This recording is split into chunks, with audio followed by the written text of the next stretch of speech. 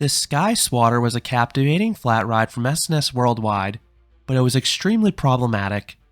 Only 2 of these were ever built. Since I was a local, I was lucky enough to ride Catapult at Six Flags New England many times before it closed, so in this video, I will share my thoughts on the ride experience and delve into why this ride is now extinct. Stan Checkett's developed the concept for the Sky Swatter in the 1990s. Eventually, it evolved into a product available in the 2000s. The main arm looked like a giant fly swatter. At the start, it would rise up a central tower.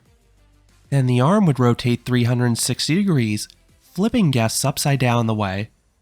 The arms reached a max height of 105 feet or 32 meters. Between the sheer size and thrilling motion, the attraction was a spectacle to watch. The first one went to Six Flags Astroworld in 2003.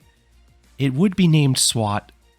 Astroworld closed after the 2005 season, but Swat was relocated to Six Flags New England for the following year, where it reopened as Catapult. Thorpe Park added Slammer in 2005. These were the only 2 Sky Swatters ever built, and they have since been removed. Simply put, this ride was a maintenance nightmare. The control system frequently stopped the ride atop the tower. This was in addition to mechanical issues caused by the ride and restraint complexity. S&S discontinued the ride in 2010, which made maintenance on the 2 existing ones even more difficult. Catapult specifically operated sporadically in 2006 and 2007. The restraint system was refurbished before the 2008 season, and the ride ran better ever since, but it still was the most unreliable ride at the park. This is why it was ultimately removed before the 2013 season. Slammer had even more difficulties. It had some much publicized stoppages. Then the ride barely operated at all between 2010 and 2014. It was closed entirely for a few of those years. At one point, the ride was even removed from the park map, suggesting it could be removed entirely. But Slammer shockingly reopened in 2015, and it operated fairly consistently for the next 2 years. The ride would open late daily and close midday for a 15-minute inspection, but it did keep the ride running more frequently. After a decade of troubles, the ride was permanently closed at the start of the 2017 season. It has been standing but not operating for years, but the park is said it will finally be removed after the 2024 season. On paper, these rides should have had high capacities. The ride held a max of 48 riders per cycle. There were 2 gondolas on the ends of the arm. Each gondola had 4 rows of 6 guests, and everyone faced towards the center of the ride. However, these rides had a painstakingly slow load procedure. I only rode Catapult, but I heard Slammer was equally as bad. The restraints were difficult to adjust. There was a lap bar component. This swiveled from the side and lowered downwards, similar to the Screamin' swings. This part was fine. However, there were also shoulder pads. These are identical to the ones on Indiana Beach's Steel Hog. The shoulder pads had to be adjusted to the height of each rider. These restraints had no give, so they'd often have to redo them if someone was slouching when they came down, or was ultimately in discomfort. This was brutal given there were 48 seats available. This is why it took so long to load. And that was assuming all seats were open. I remember the one at New England could often run at just 75% capacity. I also remember the park had to balance the ride as best as possible, which could further slow dispatches if an influx of people entered the line late. All these factors led to Catapult routinely taking 5 to 10 minutes per dispatch. So on a busy summer day, this line could easily reach the 30 to 45 minute mark. It was included on the Flash Pass paid Skip the Line system, and it also had a single rider line that usually granted near immediate boarding. That is what I often used.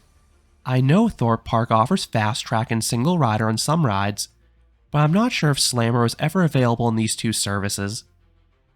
These Sky Swatters had very firm restraints, and the employees had a tendency to staple at New England. Ideally, you want to have a slight gap between your shoulders and the pads for the most comfortable ride experience, but you couldn't always get it. Once checked, the arms would slowly raise up atop the tower. This took roughly 40 to 45 seconds. After a brief pause, the ride would begin rotating. You would get 3 rotations in each direction. One side would rotate forwards, while the other rotated backwards. I personally preferred going forwards. The visual of being slammed into the ground was quite the thrill.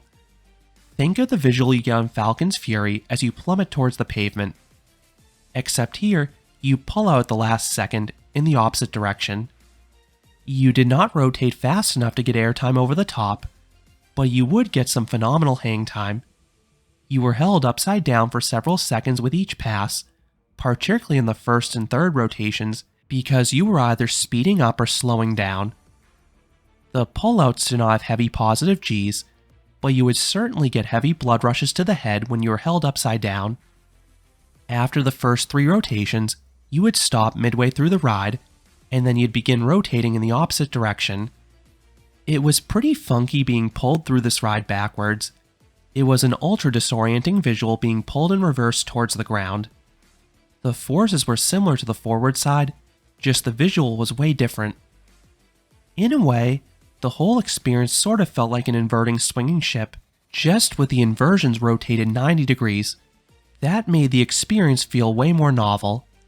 To use a clock for reference, rather than being upright at 6 o'clock and inverted at 12 o'clock, you would be upright at 3 and inverted at 9, or possibly switched depending upon which side you were seated on. The ride would then park in the middle, and you would stay there for quite some time.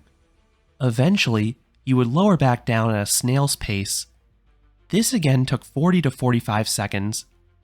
And then towards the bottom, the arms would do this weird little bounce back up into the air before fully parking at the bottom. This ended the experience. The overall ride took close to 4 to 5 minutes. On paper, that sounds great, but roughly 3/4 of that time was spent slowly moving up and down the tower, or sitting idle atop the tower waiting to move. There was only 1 minute of prime ride time where you'd actually be inverting and doing something. I get why the ride could not flip more from a maintenance and capacity perspective, but I always came off thinking the ride felt a bit short.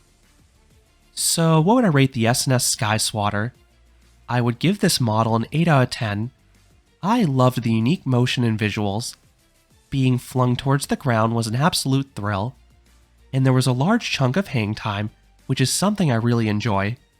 The ride wasn't perfect though between its slow loading, frequent downtime, and short cycle, and it's unfortunate these issues could not be resolved and ultimately doomed the model. But when it was operational, this was one of my favorite flat rides at Six Flags New England. With the park opening for the 2024 season tomorrow, I thought it was a good opportunity to reminisce on this defunct attraction. That being said, I much prefer New England Sky Screamer. Not only is this Funtime Starflyer a better ride on its own thanks to its sheer size and incredible views, but it is far more reliable. I can trust that Sky Screamer will be open when I visit the park and have little to no downtime, unless it's super windy. I had to assume Catapult would be closed, and if I did see it running, I had to rush onto it before it inevitably broke down. So those are my thoughts on the S&S Sky Swatter. What are your thoughts on this ride? Did you get a chance to ride either Catapult or Slammer? Let me know down in the comments. If you enjoyed this review, I would appreciate it if you gave this video a like, and you considered subscribing, because there'll be a lot more roller coaster amusement park videos here at Canopy Coaster. Thanks for watching,